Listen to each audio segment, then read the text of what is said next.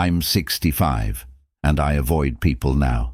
Here's why reaching this age brings profound changes to how we see life, relationships, and time itself. For years, I was the kind of person who always showed up for everyone, friends, family, neighbors, you name it. But over time, I realized that not every connection is worth the energy it takes to maintain. At 65, I found that stepping back from certain relationships isn't about bitterness or resentment. It's about protecting my peace, valuing my time, and focusing on what truly matters. In this video, I'll share the life lessons that led me to this decision, from the way time feels more precious as we age, to how relationships naturally change, and even why solitude has become a source of joy rather than loneliness. If this resonates with you, or even challenges your perspective, you're in the right place. Take a moment to like this video and subscribe to the Candle of Wisdom channel. Together, we'll explore how embracing these truths can lead to a simpler, more fulfilling life. Let's get started. One time feels more precious time than ever. At 65, one thing becomes crystal clear. Time is no longer infinite. When we were younger, it felt like we had all the time in the world. We'd waste hours on meaningless conversations, relationships that didn't fulfill us, or obligations we took on out of guilt. But now every moment feels like a gift, and it's not something I'm willing to squander anymore. This shift doesn't come from fear, it comes from wisdom. Time isn't just enough number on a clock anymore, it's the foundation of how I choose to live my life. Every sunrise feels more vibrant. Every conversation with someone I truly care about feels deeper. Even the quiet moments, like sipping my coffee or walking in the park, hold a significance I never noticed before. I've learned that not everything and everyone deserves a slice of my time. This isn't selfish, it's practical. As we grow older, it's essential to step back and ask, is this worth my energy? Does it bring me joy? Does it align with my values? If the answer is no, I let it go, because the truth is, time spent on things that don't matter is time stolen from the things that do. One way I've embraced this perspective is by simplifying my relationships. I no longer say yes to every invitation or engage in shallow conversations just to be polite. Instead, I seek out connections that feel real, where I can be myself, and where the other person values my time as much as I do a meaningful conversation. Over tea beats a crowded gathering where I feel invisible every single time. This isn't about isolating myself, it's about honoring my life. I've started to see time as a trusted companion. It reminds me to slow down and savor the moments I once rushed through. It tells me to choose wisely, because every choice has weight, and it reassures me that it's okay to let go of what no longer serves me. If you're finding yourself with similar thoughts, I want you to know you're not alone. There's no rule book for how to spend your time in this stage of life. But here's what I've discovered. Focus on what matters. Time isn't about how much you have left. It's about what you do with it. Protect it fiercely, fill it with purpose, peace, and people who truly uplift you. Because once you start treating time as the treasure it is, your entire life shifts into something more. Relationships meaningful. Two relationships change, and so do we as the years pass. Relationships evolve, and so do we. At 65, I've come to accept a hard truth. Not every relationship is meant to last a lifetime, and that's okay.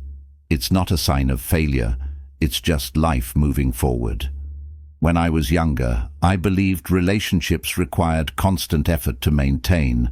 I remembered every birthday attended, every gathering, and reached out, even when I felt drained. I thought being there for everyone made me a good friend, neighbor, or family member. But over time, I realized something. Not all relationships are equal. Some nurture you, while others deplete you. This shift didn't happen overnight. It came through years of experience, some wonderful, some painful. I've been hurt by people I trusted, disappointed by those I are on, and even distanced from family members whose paths simply grew apart from mine. For a long time, I took these losses personally. I wondered, what did I do wrong? Could I have tried harder? But now I see things differently. People change, I've changed. And sometimes the kindest thing you can do is let go. One of the most liberating lessons I've learned is to focus on relationships that feel mutual. A healthy relationship isn't one where you give endlessly without receiving in return. It's about balance. Does this person support you as much as you support them? Do they listen as much as they speak? Do they bring light into your life or take it away? As I've grown older, my circle of connections has naturally grown smaller, but what's left is richer, more meaningful. The friends and family who remain in my life now are the ones who truly matter, the ones who understand me, accept me, and bring joy into my days. I no longer waste energy trying to hold on to connections that don't align with who I am today. This doesn't mean there aren't moments of nostalgia. Sometimes I think about friends I've lost touch with, or family members whose lives have taken different directions, but instead of regret, I feel gratitude. Those relationships shaped me, taught me lessons, and gave me memories I'll always cherish. They were part of my journey, even if they aren't part of my present. So here's my advice: don't hold on out of guilt or obligation. Relationships, like life, are meant to evolve. Focus on the ones that bring you peace and let go of those that don't. By doing so, you'll find yourself surrounded by love, authenticity, and the kind of connections that truly make life worth living. 3. Trust. Trust becomes more complex. Trust is one of the most fragile yet vital aspects of any relationship. At 65, I've realized that trust isn't something to give lightly anymore. It's a precious bond, and when it's broken, it leaves scars that take time. Sometimes a lifetime to heal. In my younger years, I trusted easily. I believed in the goodness of people and their intentions. I gave my heart, my time, and my loyalty freely, and while this openness led to many beautiful relationships, it also brought its fair share of heartbreak. Over the years, I've been let down by people I never thought would hurt me. A friend who valued what I could do for them more than who I was, a family member whose choices created distance between us, and even a colleague who prioritized their gain over our shared vision. These experiences changed how I approach trust. They didn't make me bitter, but they did make me careful now. When someone new enters my life, my first thought isn't, how can I connect with this person, but rather, what are their motives? It's not an easy way to live, but it's necessary. And yet I've come to understand that trust isn't just about others. It's about trusting yourself too. Learning to trust my instincts has been one of the most important lessons of my life. If something doesn't feel right, I no longer dismiss it as paranoia or overthinking. I've walked away from relationships that felt toxic, no matter how long they'd been part of my life. I've learned that protecting my peace is worth the difficult decision to let go. That said, trust is still possible. It's just different. Now there are moments when people surprise me in the best way. A kind stranger who goes out of their way to help a neighbor who checks in during bad weather. These small, genuine gestures remind me that trust, while delicate, is not impossible to rebuild. The key is balance. It's about setting boundaries, not walls, and giving trust gradually to those who earn it over time. It's about keeping your circle small and surrounding yourself with people who show consistency, kindness, and respect. So if you found yourself more guarded as you age, know that it's okay. Protecting your trust is a form of self-care. It doesn't mean you're closing yourself off. It means you're valuing yourself enough to be selective, and in this stage of life, that's exactly how it should be. Simplicity. 4. The world has changed at 65. It's impossible not to notice how much the world has transformed. Life feels faster, busier, and more tech-driven than ever before. Yet for all the progress and convenience, something valuable seems to have been left behind, a sense of warmth, simplicity, and connection. I grew up in a time when relationships felt genuine. Neighbors weren't just people who lived nearby, they were friends. We'd visit each other without needing an invitation, sharing coffee stories and laughter. Families gathered regularly, not because they had to, but because they wanted to. Time spent together felt natural and meaningful. Now things are different. People are so busy chasing success, managing endless to-do lists, and keeping up with the fast pace of modern life. Conversations, once heartfelt and deep, have become brief and rushed, squeezed into moments between notifications and distractions. Even family time feels more strained, often limited by physical distance and competing demands. Technology, while a blessing in many ways, has played a role in this change. I appreciate being able to video call my grandchildren or reconnect with an old friend through social media. These tools make life easier, but they also create barriers. Nothing replaces the experience of sitting across from someone, feeling their presence, and hearing their voice unfiltered by a screen. Sometimes I miss the ease of simply being together without the interruptions of modern life. The constant hum of technology can also feel overwhelming. Notifications, updates, and endless news make the world seem louder than ever. Paradoxically, even with all this connectivity, many of us feel more isolated. It's a strange reality that we have so many ways to stay in touch, yet genuine connections often feel harder to come by. This isn't about resisting change or longing for the past. Every era has its challenges and every generation adapts. But at 65, I find myself valuing simplicity more than ever. I choose to step away from the noise and focus on what truly matters: heartfelt conversations, meaningful relationships, and the quiet joy of shared moments. If you feel the same, it's okay to slow down. It's not about rejecting modern life. It's about choosing where to place your energy by stepping back from the rush. We can protect the parts of life that feel authentic and real in a fast-moving world. Seeking simplicity isn't about giving up. It's about holding on to what matters most. 5. Solitude isn't loneliness. Solitude isn't loneliness. Solitude, loneliness are two entirely different things. And this realization has been one of the most freeing lessons of my life. Loneliness is an ache, a feeling of emptiness that comes from longing for connection. Solitude, however, is a choice, a space for peace, reflection, and renewal. It's not something to fear, it's something to embrace in solitude. I found clarity that's hard to achieve in the rush of daily life. There's a profound beauty in simple, quiet moments, sitting on the porch with a warm cup of tea, listening to the wind rustle through the trees, or watching the sun sink slowly below the horizon. These experiences don't just pass the time, they enrich it, reminding me of the small joys life has to offer. Reflecting on the past has also become a source of comfort during these quiet moments. Instead of dwelling on mistakes or missed opportunities, I focus on the lessons I've learned and the memories that bring me happiness.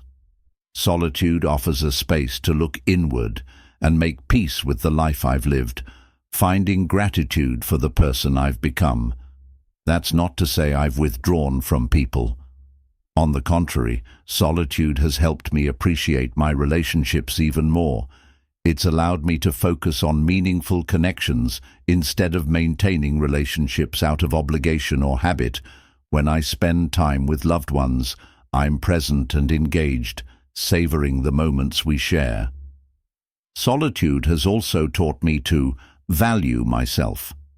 It's easy to get caught up in the idea that being surrounded by people defines your worth, but the truth is, your value doesn't come from the size of your social circle or the number of events on your calendar.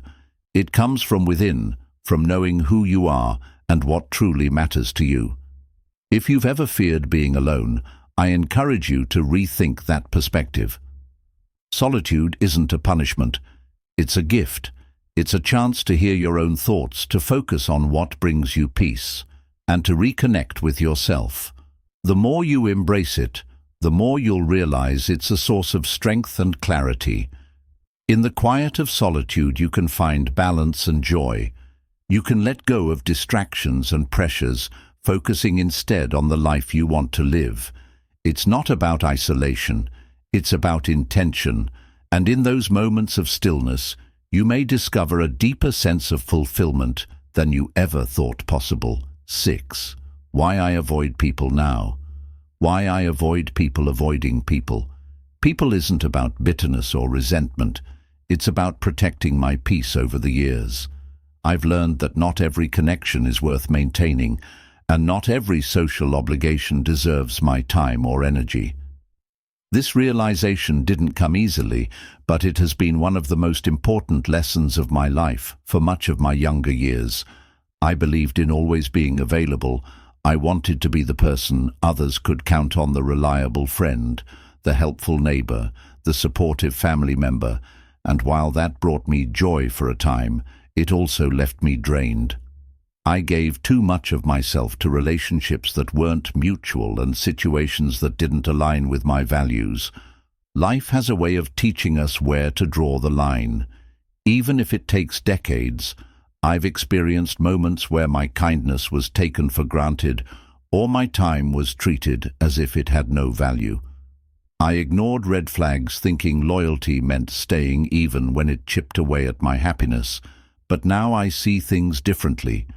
I understand that avoiding certain people isn't selfish, it's self-preservation. There's peace in stepping away from toxic relationships and letting go of obligations that no longer serve me. I've traded the noise of constant social interactions for the quiet joy of meaningful solitude. Instead of stretching myself thin, trying to please everyone, I focus on a smaller, deeper circle of relationships, connections that bring light and fulfillment to my life. This doesn't mean I've shut myself off completely. The people who remain in my life are there because they genuinely care, not because they expect something from me. These relationships are rooted in mutual respect and understanding, and they feel effortless in the best way possible. There's no drama, no competition, just genuine connection. I also avoid people who bring negativity into my life. Those who thrive on drama, constantly complain, or never ask how I'm doing. They no longer have space in my world. I've learned to prioritize my own well-being, even if that means saying no more often or choosing solitude over company. Avoiding people doesn't mean giving up on humanity. It means valuing myself enough to protect my peace. It's about choosing relationships that uplift, not drain, and seeking moments that truly matter. Life is too short to waste on what doesn't bring joy. And in making this choice I found a sense of freedom and happiness I didn't know was possible. 7. Is this a shared experience? Have you ever found yourself wondering, am I the only one who feels this way? As I've grown older, I've asked myself that question many times, especially as I've become more selective about the people I let into my life. But the more I talk to others around my age, the more I realize this isn't just my story. It's a shared experience. Life has a way of teaching us hard, but valuable lessons about relationships, priorities, and self-worth. For decades, I tried to meet everyone's expectations. I wanted to be the dependable friend, the supportive family member, the neighbor who always showed up. But at some point I realized the cost. I was pouring so much into others that I had little left for myself. As I've spoken with friends and peers, I've discovered a similar theme in their lives. Many of us reach a point where we no longer feel the need to be everything to everyone. We start choosing quality over quantity in relationships. The superficial connections that might have seemed important in our younger years lose their appeal. What we crave now are meaningful conversations, shared laughter and relationships that feel genuine. This shift isn't easy. Sometimes it feels like letting go of parts of yourself. Saying no to people who once relied on you can feel selfish, but it's not. It's self-preservation. The truth is, we can't be everything for everyone, and trying to do so only leaves us drained and resentful. By stepping back, we create space for embrace it fully, let go of the noise and the rush and focus on the things that bring you joy. Life doesn't have to be perfect to be meaningful. Sometimes the most peaceful and fulfilling moments come when we stop chasing and start appreciating. This chapter is ours to write. So let's make it one of simplicity, gratitude, and genuine happiness. In closing, avoiding people at closing. This stage of life isn't about shutting the world out. It's about protecting the peace we've worked so hard to find. Life at 65 is a chance to focus on what truly matters: meaningful relationships, moments of joy, and a sense of inner calm. It's not about bitterness or regret. It's about living intentionally.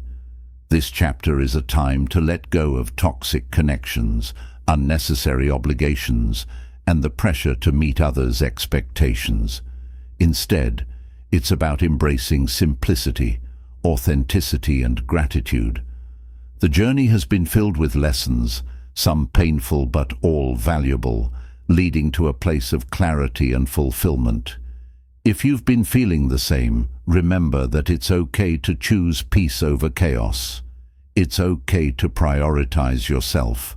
Life's true richness comes from the quality of your days, not the quantity of your commitments. Let this be the chapter where you live boldly, love deeply, and savor every moment.